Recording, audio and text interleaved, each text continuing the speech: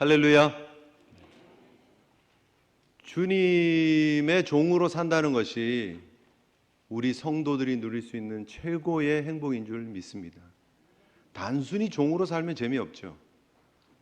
계속해서 반복적인 일들이 주어지고 당연히 해야 될 일처럼 일들이 막 산더미처럼 쌓이고 일 끝나면 또 다른 일이 주어지고 또 다른 일이 주어지고 재미없을 겁니다. 그런데 여러분, 그 일을 누구를 위해서 하느냐가 굉장히 중요하죠. 주인과 종의 관계가 바르게 설정이 되어지면, 그 주인이 누군지를 정확하게 알면, 나의 일의 의미가, 목적이 무엇인지 알면 재밌습니다. 우리가 한국의 공직에 들어가는 그런 사람들의 모습도 우리가 잘 보지 않습니까? 사실 공직에 들어가는 게 굉장히 어려운 일이에요. 청문회도 해야 되는 경우들도 있기도 하고, 또 혹은 이런저런 자리로 이렇게 부름을 받으면 그 일을 완수해내기 위해서, 결과물을 만들어내기 위해서 밤잠 없이 애를 씁니다. 수고합니다. 전화기 몇 대씩 가지고 다니면서 그렇게 수고하고 애쓰는 모습들이 있죠. 그런데 왜 그 일을 합니까? 우리 생각에는 그거 왜 사서 고생하지? 라고 생각이 될지 모르지만, 그러나 나를 부르신 사람이, 나를 채용한 사람이, 나를 세우신 사람이 누구인지를 알면 그 속에 의미가 있고 그 속에 정말 행복이 찾아오는 것이죠. 그래서 힘들지만 청와대, 요즘은 용산이죠. 용산으로 들어가서 일도 하기도 하고, 또 맡겨진 자리에서 공직에서 수고하고 애쓰기도 하는 일이 나타나는 것이죠. 결국 우리가 제일 중요한 것은 우리의 인생이 단순히 이 땅에서 한 생을 살아내는 것이 다가 아니라, 우리의 삶이 하나님, 우리를 지으신 창조주, 우리의 왕, 우리의 주인이신 그 하나님으로부터 부름받았고 우리가 하나님으로부터 해야 할 일이 있다라는 사실을 우리가 기억한다면 우리의 모든 걸음은 의미 있고 행복한 걸음인 줄 믿습니다. 지난주에 우리가 살펴봤던 내용이 바로 여기 있습니다. 진짜 주님의 제자라면 지혜롭고 진실한 청지기가 되어야 된다. 주인이 더디오지만 주인을 기다리면서 우리 주인이 왜 이렇게 늦게 오지? 결혼식 진작 끝났을 건데 왜 안 오시지?가 아니라 주인이 오시는 것을 기다리는 것이 기쁜 거예요. 이제나 오시나 저제나 오시나, 말 그대로 오매불망 기다리는 거죠. 밤잠 못 자면서 계속해서 잊지 못하고 주인의 오심을 기다리는 모습으로 기다릴 거예요. 밖에서 무슨 소리가 나는 것 같으면 문을 열고 밖에 오셨나 하고 밖을 내다볼 거 아니에요?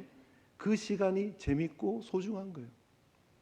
주인이 오시면 내가 주인에게 꼭 칭찬받기 위해서가 아니라, 주인이 오시니까 너무 좋아서 문을 활짝 열고 나가서 주인을 맞이할 수 있도록 준비하고 있는 모습, 얼마나 재밌냐는 거예요.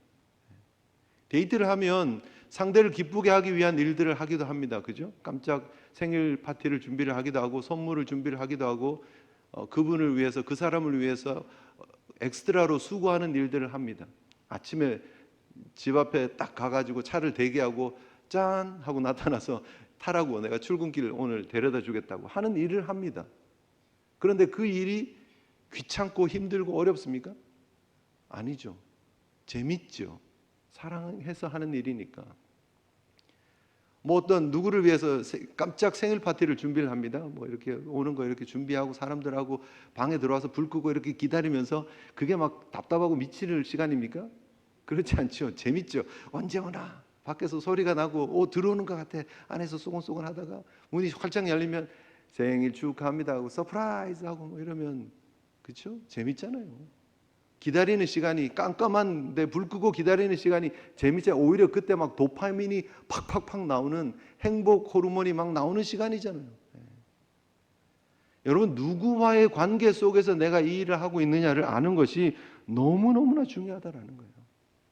하나님 나라를 위해서 부름을 받았고, 우리는 하나님을 위해서, 우리의 주인 되신 하나님과 예수 그리스도, 그리고 하나님 나라를 위해서 일하는 하나님의 사람들인 줄 믿습니다.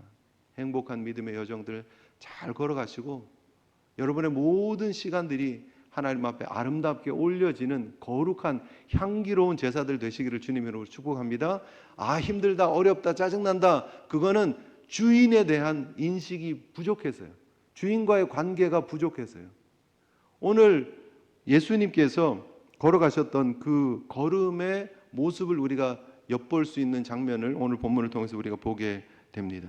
주님께서 오늘 50절을 보면 굉장히 재미있는 표현을 보여주고 있습니다. 50절 우리가 잠깐 보시면 나는 받을 세례가 있으니 그것이 이루어지기까지 나의 답답함이 어떠하겠느냐 이렇게 말씀하고 계세요. 나의 답답함. 예수님이 하시는 말씀이에요. 답답함이. 그런데 예수님이 지금 무엇 때문에 답답하다고 말씀하고 있습니까? 세례 때문에 답답하다라고 말씀하고 있어요. 예수님의 이 세례는 무엇을 말하고 있습니까? 예수님이 지셔야 될, 예수님이 완성하셔야 될 구원의 완성을 위한 십자가를 이야기를 하는 거예요. 마가복음에 보면 세베대의 아들들 야고보와 요한이 주님께 나와서 선생님, 우리가 무엇을 구하든지 좀 들어주시면 좋겠습니다 라고 얘기하는 게 있죠.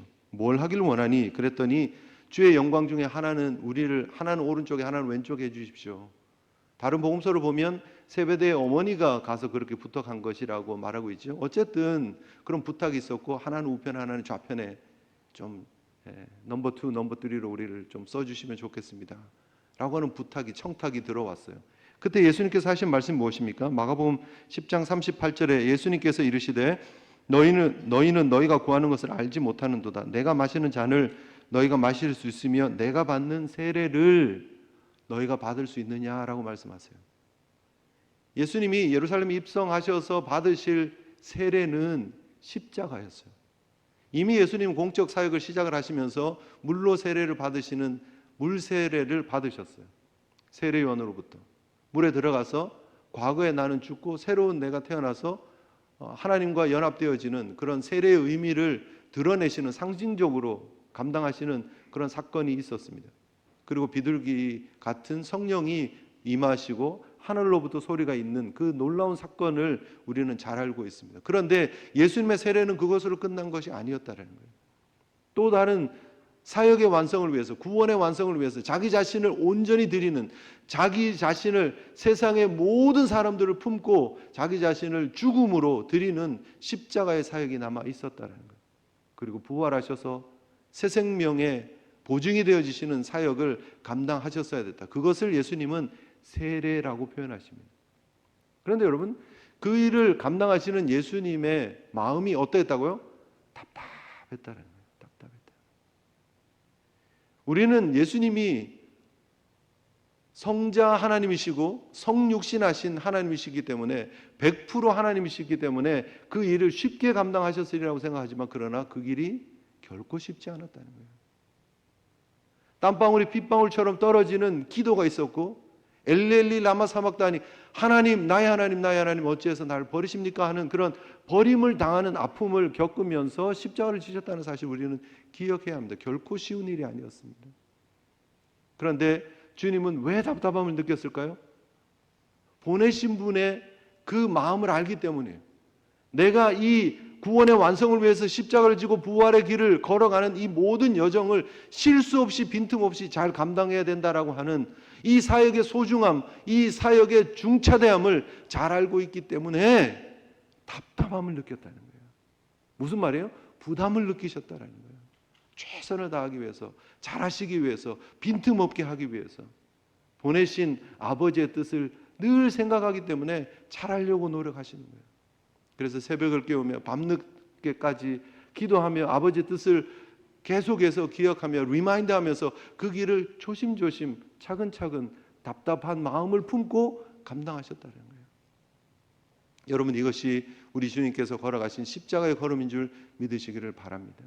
우리는 주님의 제자입니다. 주의 제자는 스승이 걸어가신 그 길을 따라가는 거예요. 스승께서 보여주신 그 가치관, 세계관을 붙잡고 나아가는 거예요. 스승이 우리에게 보여주신 나라는 이 땅이 아니었어요. 이 세상이 아니었어요. 하나님의 나라였어요. 그래서 그 하나님의 나라를 향해서 주님이 답답함을 가지고 걸어가셨던 것처럼 우리도 하나님의 나라를 위해서 답답함을 가지고 가야 돼요. 부정적인 의미의 답답함이 아니에요. 주님이 지셨던, 주님이 품으셨던 그 답답함은 거룩한 답답함이에요. 어떻게 하면 더 잘할까? 어떻게 하면 완벽하게 할까? 어떻게 하면 실수 없이 할까? 어떻게 하면 이 모든 영혼들을 구원할 수 있는 구원의 사역을 잘 마칠 수 있을까를 품은 답답함이었어요. 사랑하는 성도 여러분, 우리도 주님의 제자로서 이 길을 걸어가야 한다는 거예요. 오늘 말씀을 우리가 받으면서 제일 먼저 잊지 않고 기억해야 될 부분은 저는 여기에 있다고 생각합니다. 주님께서 그 마음으로 십자가의 여정을 한 걸음 한 걸음 걸어가셨던 것처럼 주님을 따르는 제자로서 우리도 좁은 길, 생명의 길, 천국을 향한 길을 믿음의 거룩한 답답함을 가지고 나아가시는 저와 여러분들 되시기를 주님 이름으로 축복합니다. 세상에 여러분, 우리가 일들이 좀 잘 안 되면 굉장히 답답해하죠. 생각대로 계획대로 안 풀리면 굉장히 답답하죠. 공부하는 학생들이 공부를 열심히 했는데 성적이 안 오르면 답답하죠. 사업하는 분들이 계획하는 정도의 매상이 안 나오면 답답하죠. 출근해서 일하시는 분들이 일이 업무가 제대로 잘 안 풀리고 관계가 어그러지고 인정도 잘 못 받는 것 같고 승진이 안 되는 것 같고 그럼 굉장히 답답하죠. 우리 자녀들이 우리가 기도하는 것처럼 우리가 계획하고 기대하는 것처럼 잘 안 되면 어때요? 천불이 나죠. 답답하죠. 우리는 우리 자녀의 문제에, 우리의 사업의 문제, 우리 직장의 문제, 우리의 학업의 문제에 답답함을 느낍니다. 세상의 여러 일들 때문에 답답함을 느낍니다. 그런데 과연 우리가 하나님의 일을 가지고 답답함을 느끼느냐는 거예요. 내가 신앙생활하고 있는 나의 모습 때문에 답답함을 느끼고 있느냐는 거예요. 적어도 주님은 그러셨습니다. 주님은 먹고 사는 일에 답답함을 느끼신 분이 아니에요. 무엇을 입을까 무엇을 마실까 염려하지 말라고 그러셨어요. 하나님 아버지 다 하신다. 그런데 주님이 답답함을 느꼈던 부분은 딱 하나예요. 어떻게 하면 하나님의 일을 잘할까? 어떻게 하면 내가 보냄받은 자로 이 일을 제대로 완성할까? 그 답답함밖에 없었어요. 주님의 제자로서 우리가 가져야 될 거룩한 답답함이 있습니다. 하나님 나라를 품고 하나님 나라를 생각하면 마음이 너무 무겁다, 답답하다 가 있어야 돼요. 그래서 내가 뭘 하면 되지? 어떻게 해야 되지?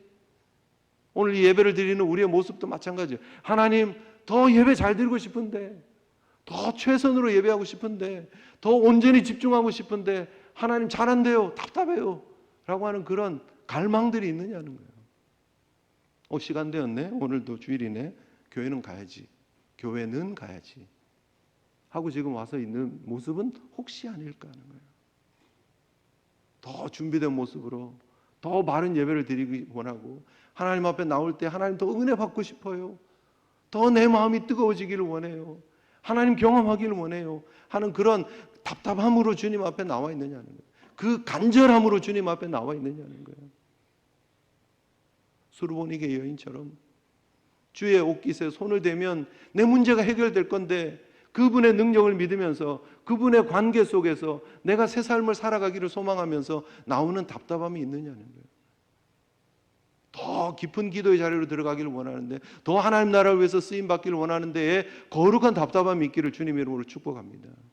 우리 자녀들을 바라보면서 좀 답답함이 있어야 돼. 쟤는 요령도 없고 쟤는 공부도 제대로 열심히 안 하고 쟤는 뭐 그런 거 말고요. 우리 자녀들이, 우리 다음 세대들이 정말 예수님 제대로 잘 믿었으면 좋겠는데 하는 답답함, 세상의 그런 휩쓸림이 아니라, 세상에 잘못된 가치를 붙잡고 살아가는 것이 아니라 하나님의 자녀들로 좀 살았으면 좋겠는데 하는 그런 답답함. 그래서 조금 더 준비된 모습으로 예배 드렸으면 좋겠는데, 더 주의를 사모하는 모습이 되었으면 좋겠는데, 더 성경 공부도 좀 열심히 했으면 좋겠는데 하는 그런 답답함이 있느냐는 거예요. 사랑하는 성도 여러분, 우리는 주님의 제자입니다. 주님께서 지금 계속해서 이 말씀을 주고 계시는 문맥은 나를 따라오려거든에 있어요.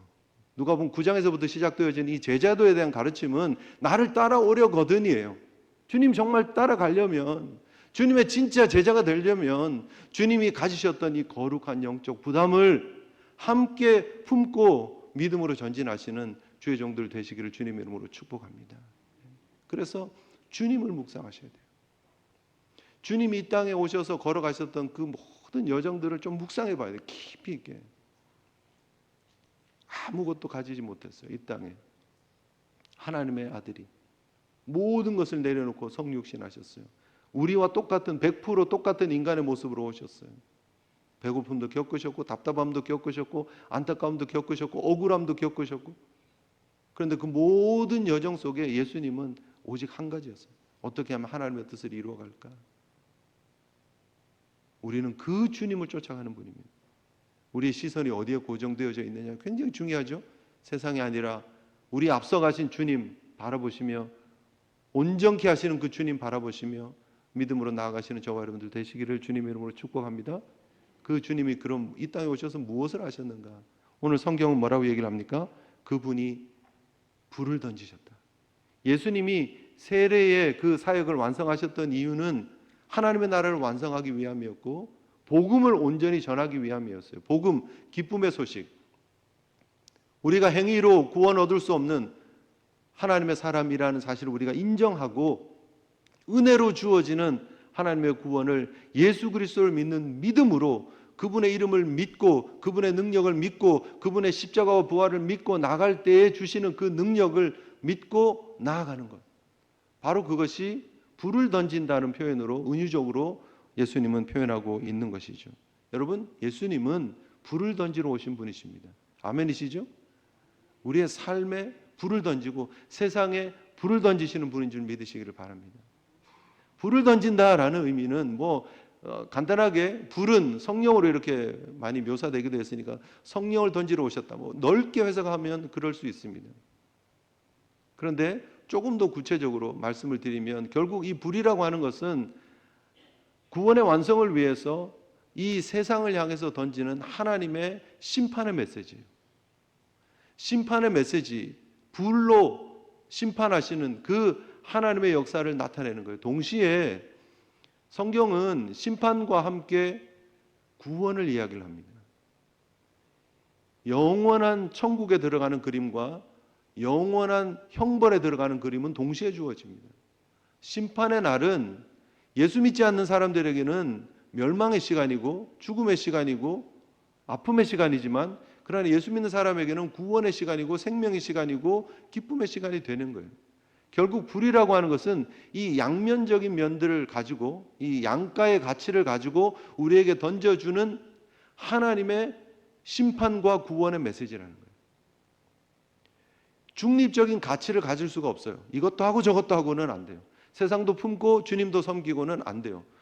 재물과 주님을 겸하여 섬길 수 없다라고 하시는 말씀처럼 우리는 하나님 나라냐 세상이냐의 기로에 놓여져 있는 거예요. 왜요? 불이 던져졌기 때문에. 주님께서 이 땅에 오셔서 우리에게 던지시는 그 불은 우리에게 결단하라는 거예요. 그리고 그 불이 던져지면 변혁이 새로운 변화가 나타나야 된다는 거예요. 근데 우리가 예수님의 공적 사역을 우리가 쭉 보았지만 문제는 뭐예요? 그것을 거부하는 사람들이 있어요. 소위 말하는 종교 지도자들, 기득권들, 바리새인들, 서기관들, 율법 교사들, 제사장들, 그들은 어땠습니까? 예수님의 가르침을 거부했죠.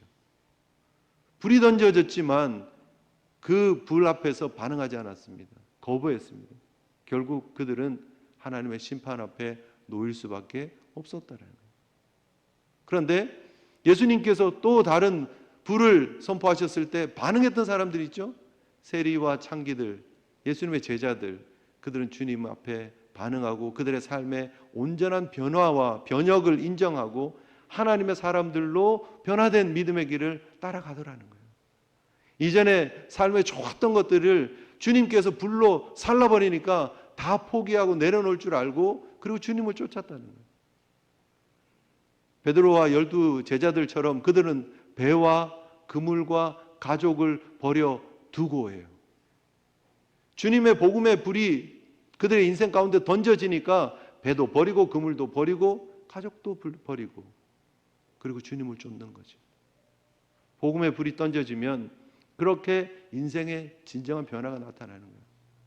삭개오처럼 마태처럼 그전에는 재물이 중요했어요. 사람들의 인정이 중요했어요. 그런데 복음의 불이 던져지면 그 모든 것들의 가치를 다 놓을 줄 아는 거예요. 그리고 하나님 나라의 가치를 붙잡고 하나님이 인도하시는 그 인도하심에 따라서 새로운 출발이 가능한 거예요. 그것이 불이 떨어진 자리에 나타나는 변화예요. 여러분, 우리의 삶에 복음의 불이 떨어졌습니다. 하나님께서 놀라운 은혜로 우리의 인생에 복음의 불을 던져주셨어요. 바라기는 세상에 속했던 것들, 부정했던 것들, 하나님 나라에 합당하지 않은 것들 모두 성령의 불로, 주의 불로 태워지시기를 주님의 이름으로 축복합니다. 태워져 버려야 돼요. 태워져 버려야 돼요. 복음의 불이 던져졌는데, 예수님께서 이 땅에 오셨고 그 복음의 불을 완성하셨고 우리에게 던져주셨는데, 그 불이 우리의 인생의 일부만 자꾸 태우는 거예요. 여기만 태우고 저기만 태우고, 나머지는요 안 돼요, 이건 안 돼요 하고 막 덮고 막 불 끄고 있고 막 그러고 있지 않느냐는 거예요. 하나님 다 좋은데 이건 안 돼요 하고 막 불 끄고. 하나님이 알아서 태우시는, 하나님이 알아서 정화시키는 놀라운 역사가 우리 가운데 일어날 수 있도록 우리의 삶을 온전히 들이시는 저와 여러분들 되시기를 주님 이름으로 축복합니다. 심판의 불은 다 태우는 거예요. 멸망으로. 그런데 구원의 불은요, 우리를 정화시키는 거예요. 깨끗하게 하는 거예요. 순금같이 연단시키는 거예요. 재련시키는 거예요. 그래서 하나님 앞에 온전히 설 수 있도록. 불같은 연단이 우리 가운데 지나갈 것입니다. 아쉬워하지 마세요. 버릴 것들은 버리고 태울 것들은 태우고, 그리고 하나님이 기뻐하실 것들이 남아서 하나님 앞에 나아가는 거예요. 결국 그 불이 우리의 모든 것들을 다 태워야 돼요. 우리 자신까지도 내려놓고 포기하고 버리고.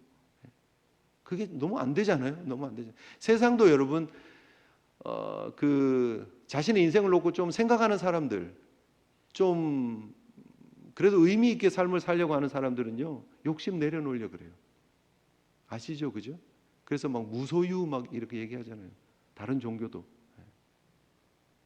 그래서 사람들이 자신의 삶의 인생의 의미를 찾아보려고 뭐 해요? 막 순례길 막 이렇게 걷잖아요. 뭐 천주교 신자들만 그렇게 하는 게 아니라 종교가 없는 사람들도 막 그 산티아고 순례길 가가지고 800km 뭐 생장에서부터 그 야고보 성당까지 그 걸어가는 800km의 길들을 막 걷잖아요.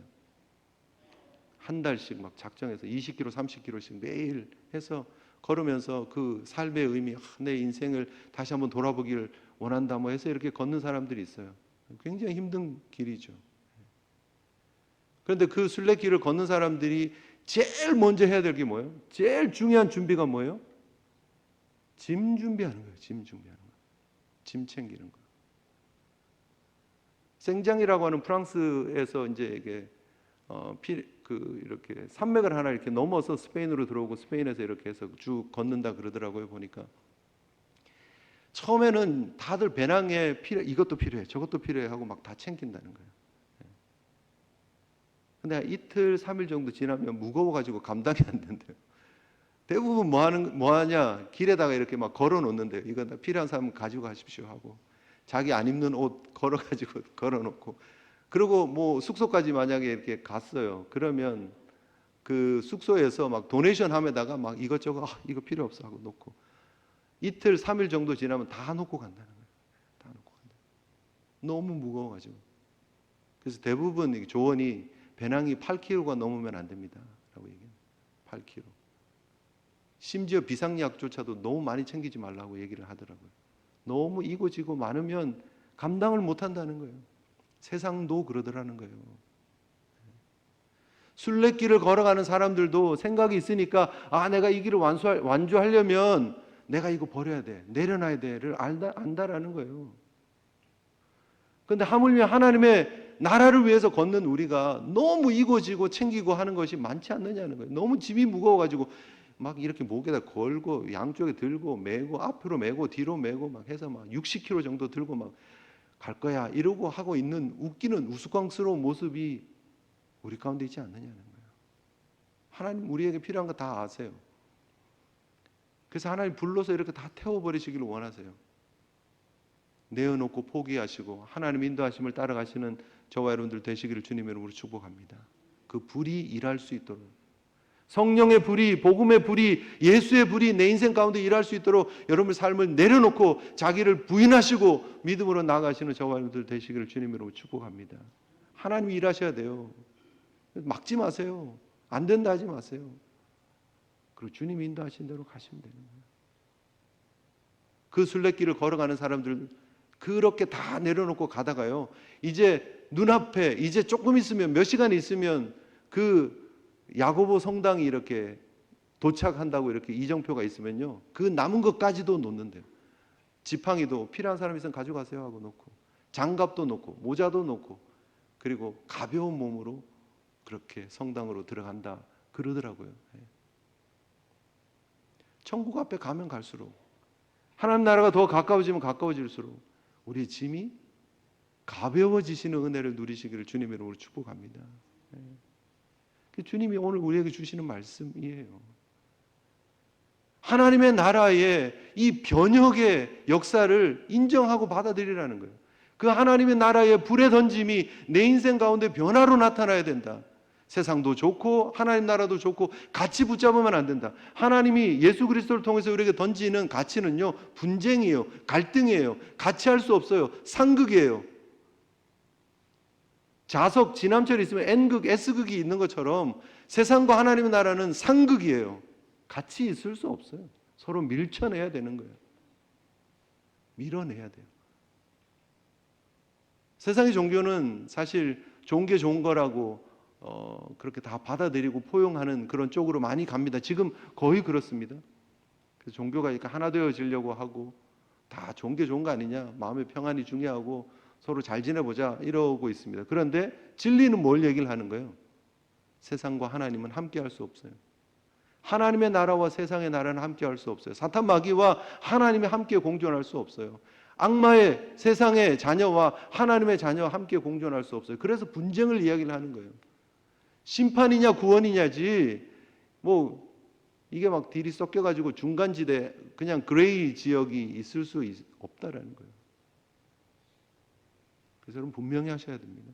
복음이 내 인생에 들어오셨다면 세상을 미워하는 반응이 나타나야 돼요. 세상의 가치를 내려놓는 반응들이 나타나야 됩니다. 그래서 오늘 주님께서 내가 세상에 화평을 주려고 온 줄 아느냐, 내가 너에게 이르노니 아니라 도리어 분쟁하게 합니다. 여기서 말하는 화평은 거짓 화평이에요. 거짓 화평. 눈으로 보고 있는, 세상이 우리에게 보장하는 듯하게 비춰지고 있는 거짓 화평. 세상에도 화평을 이야기를 합니다. 그런데 세상의 화평은 그냥 좋은 게 좋은 거야 하고 두루뭉실 덮어놓는 화평이에요. 세상의 화평은 나 중심적인 화평이에요. 내가 좋아야 화평이에요. 가치가 나에게 다 있기 때문에. 그래서 내 편, 네 편이 확 나눠져 있어요. 나에게 좋은 사람들은 좋게 잘 지내요. 그런데 내 울타리를 밖에 벗어난 사람들은 전혀 아니죠. 내가 가치를, 기준을 정하기 때문이에요. 그런데 우리 주님께서 주시는 화평은 무엇을 말하고 있습니까? 하나님이 주시는 진정한 화평을 말씀하고 있다라는 거예요. 하나님이 우리에게 주시는 화평은 뭡니까? 독생자 예수 그리스도를 통해서 우리에게 주신 화평이에요. 그를 믿는 자마다 멸망하지 않고 영생을 얻게 하시는 화평이에요. 심판이 아니라 세상이 구원을 받게 되는 그 놀라운 비밀을 요한복음 3장 16절 17절에서 말씀하고 있고, 그 화평을 이야기를 하고 있는 거예요. 그래서 하나님이 우리에게 주시는 샬롬은 수고하고 무거운 짐을 내려놓고 주님 안에서 쉬는 거예요. 진정한 샬롬이죠. 원래 창조의 동산에서부터 우리에게 주시기 원하셨던 샬롬, 에덴 동산에서 우리가 누렸던 샬롬, 그런데 그 샬롬이 깨어져 버렸다는 거예요. 그래서 예수 그리스도께서 이 땅에 오셔야 했었고, 그분이 세례를 받으셔야 했었다는 거예요. 십자가를 지셔야 했었다는 거예요. 그런데 그 십자가 때문에 우리에게 진정한 샬롬이 주어졌다라고 말씀하고 계시는 것이죠. 그래서 누구든지 예수님 안에 가서 그분과 함께 먹고 마시면 목마르지 않는 거예요. 영혼이 배부른 거예요. 하나님과의 관계가 회복되어졌기 때문에 그러하다라는 사실을 우리가 기억하시면 됩니다. 스펄전 목사님께서 쓰신 쓰시는 아니죠, 사실 하신 설교를 모은 설교집이 있습니다. 예수가 주는 평안이라고 하는 책에 보면 스펄전 목사님이 강조하고 있는 것이 그거예요. 이 평안이 어디에서부터 왔고 이 평안의 본질이 뭔지를 알아야 된다는 거예요. 결국 평안은 예수님을 신뢰하는 성도들에게 주어진, 세상이 알지도 못하고 줄 수도 없는 주님이 주시는 평안이라는 거예요. 우리가 하나님 앞에 나와서 예배하고 있는 이유는 하나님이 주시는 평안을 우리가 누리기 때문이에요. 하나님과 원수되었어요. 하나님과의 관계가 단절되었어요. 거기서부터 불안은 오는 거예요. 그런데 예수 그리스도께서 우리를 위해서 십자가를 지시고 부활하시면서 우리에게 영원한 생명을 보증해 주셨기 때문에, 우리에게 새하늘과 새 땅을 허락해 주셨기 때문에 우리에게 진정한 화평, 평화가 주어졌다는 거예요. 화목 제물로 자기 자신을 드리신 예수님 때문에 하나님과 우리의 관계가 회복되어졌어요. 그 예수님의 어톤먼트, 그 예수님의 하나 되게 하신 그 사역 때문에 우리가 단절되었다가 다시 하나가 되어졌다는 거예요. 그 하나됨 때문에 예수님이 우리에게 주신 진정한 화평을 하나님 안에서 누릴 수 있게 되었다는 것입니다. 여러분, 우리가 누리고 있는 평안은 예수님으로부터 온 평안이고, 우리가 누리고 있는 이 평안은 영원을 보장하는 평안인 줄 믿으시기를 바랍니다. 오늘은 평안했다가 한 주일 있다가는 또 불안했다가 이랬다가 저랬다가가 아니라 영원히 주님 안에서 누리는 평안이라는 거예요. 왜요?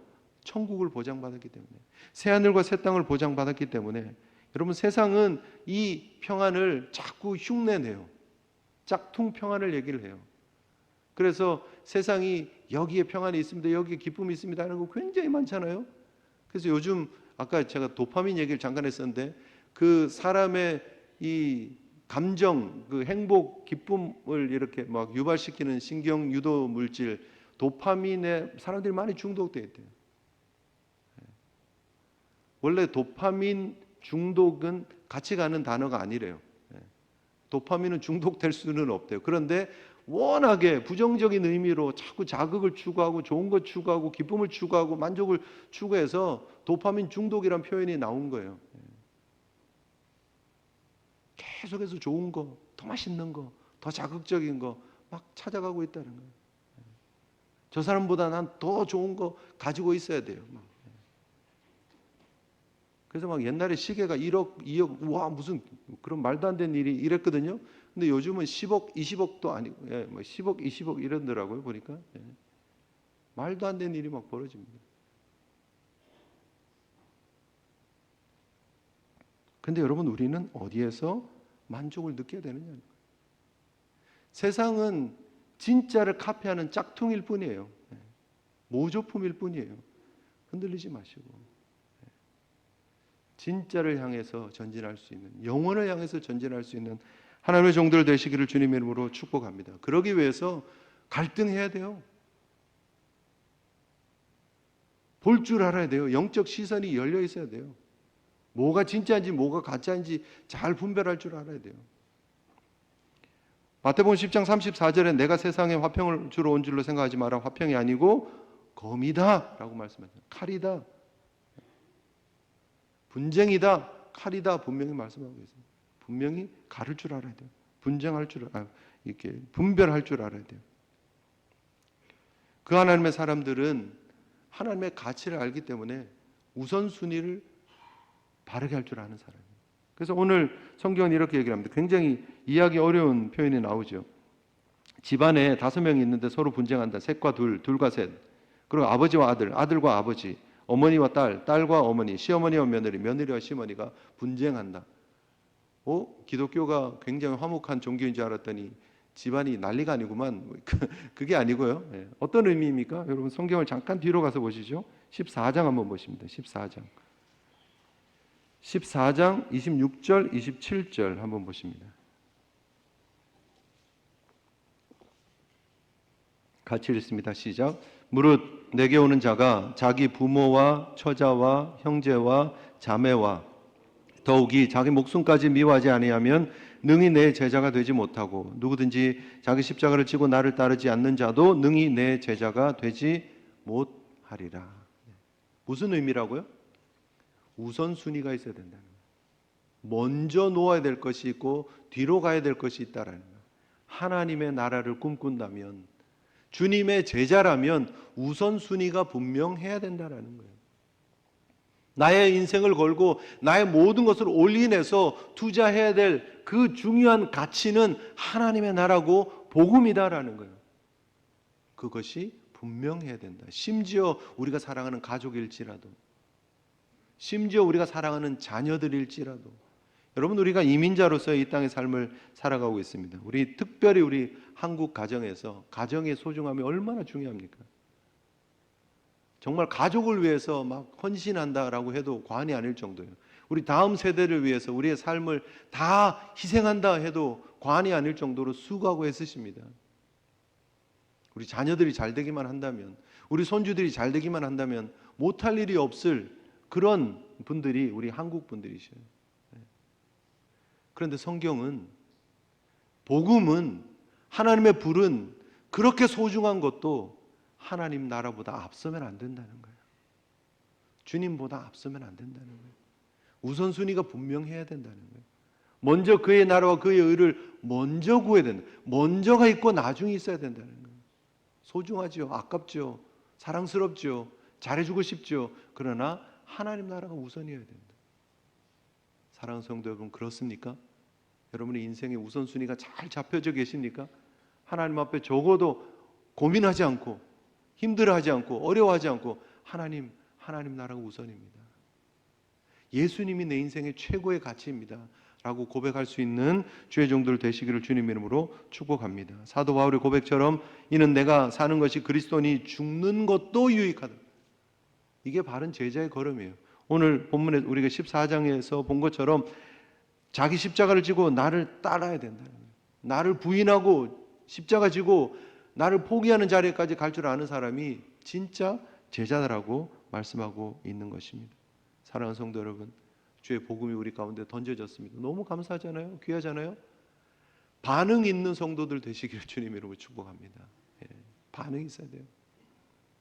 고기 덩어리도요, 그 뜨거운 팬 위에 올라가면 반응이 나타나요. 그럼 뭐라 그러죠? 마이야르 반응이라 그러잖아요. 고기가 뜨거운 불 위에 올라가면 막 칙 하면서 막 탑니다. 타는 듯하게 변화됩니다. 그럼 어떻게 돼요? 색깔이 브라운색으로 싹 바뀌죠. 겉은 딱딱해지고 안은 촉촉하게 육즙을 가두고 반응이 일어납니다. 양파도 팬 위에서 계속 달달 볶으면 캐러멜라이징이 되죠. 브라운색으로 바뀌죠. 빵도 오븐에 들어가서 뜨거운 불에 들어가면 겉은 브라운색으로 바뀌죠. 커피가 원래 녹색이죠. 이렇게. 근데 그 커피 빈이 로스팅 기계에 들어가서 이렇게 벗겨지면요, 어떻게 됩니까? 브라운색 혹은 진한 갈색으로 바뀝니다. 그게 다 마이야르 반응이에요. 불에 들어가면 반응이 나타나요. 이게 화학적인 반응이에요. 이게 진리예요. 그런데 우리 예수 믿는 사람이 복음의 불 앞에서 반응이 없다라면, 여전히 생고기라면 말이 되겠느냐는 거예요. 이 불은 진짜인데 나는 변화가 없다라면 말이 되겠느냐 하는 것이죠. 주님 앞에 반응하고 복음 앞에 반응하고 하나님 나라 앞에 반응할 수 있는 하나님의 종들 되셔서 내 인생에 가장 소중한 것은 하나님 나라입니다. 주 예수보다 더 귀한 것은 없습니다. 고백 가지고 나가시는 우리 믿음의 권속들 되시기를 주님 이름으로 축복합니다. 우리 아까 예배 시작하면서 불렀던 찬양인데요, 우리 함께 우리의 고백으로 오직 예수뿐이네 우리 함께 찬양하고 함께 잠시 기도하는 시간 가졌으면 좋겠습니다.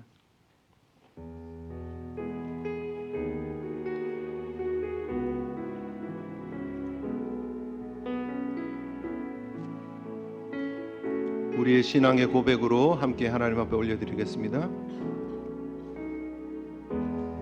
은혜 아니면 살아갈 수가 없네. 호흡마저도 다 주의 것이니 세상 평안과 위로 내게 없어도 오직 예수뿐이네. 은혜 아니면 살아갈 수가 없네.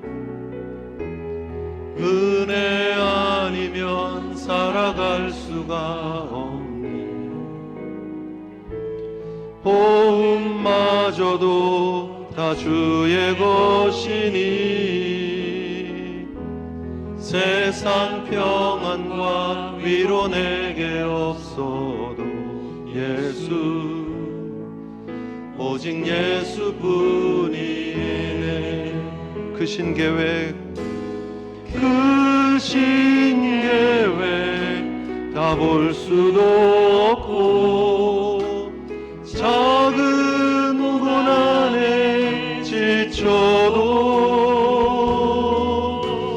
주께 묶인 나의 모든 삶 버티고 견디게 하시네. 다시 한번요. 크신 계획 다 볼 수도 없고 작은 고난에 지쳐도 주께 묶인 나의 모든 삶 버티고 견디게 하시네. 은혜 아니면 살아갈 수가 없네. 나의 모든 것 다 주께 맡기니 참된 평안과 위로 내게 주신 주 예수 오직 예수뿐이네. 오직 예수뿐이네. 오직 예수뿐이네. 아멘. 우리 함께 마음을 모아서 우리의 믿음의 고백으로 함께 기도하는 시간 가졌으면 좋겠습니다. 그렇습니다. 하나님, 은혜 아니었으면 예수 그리스도의 그 세례의 사역, 십자가의 사역 아니었으면 우리에게 결코 소망이 없었다는 사실, 우리에게 내세 보장이 없었다는 사실, 우리에게 천국의 보증이 없었다는 사실을 다시 한번 기억하며 우리를 구원하신 그 십자가의 사랑, 그 하나님의 사랑 다시 한번 기억하며 우리의 삶 전체를 하나님께 맡겨드리는 오직 예수의 복된 걸음으로 구별되게 걷는 저희들의 걸음 되게 해달라고, 주의 제자답게 살아가는 저희들 되게 해달라고, 그리고 이 일을 잘하기 위해서 거룩한 답답함, 거룩한 부담을 가지고 나아갈 수 있는 저희들 되게 해달라고 우리 함께 하나님 앞에 통성으로 기도하며 나갔으면 좋겠습니다. 기도하시겠습니다.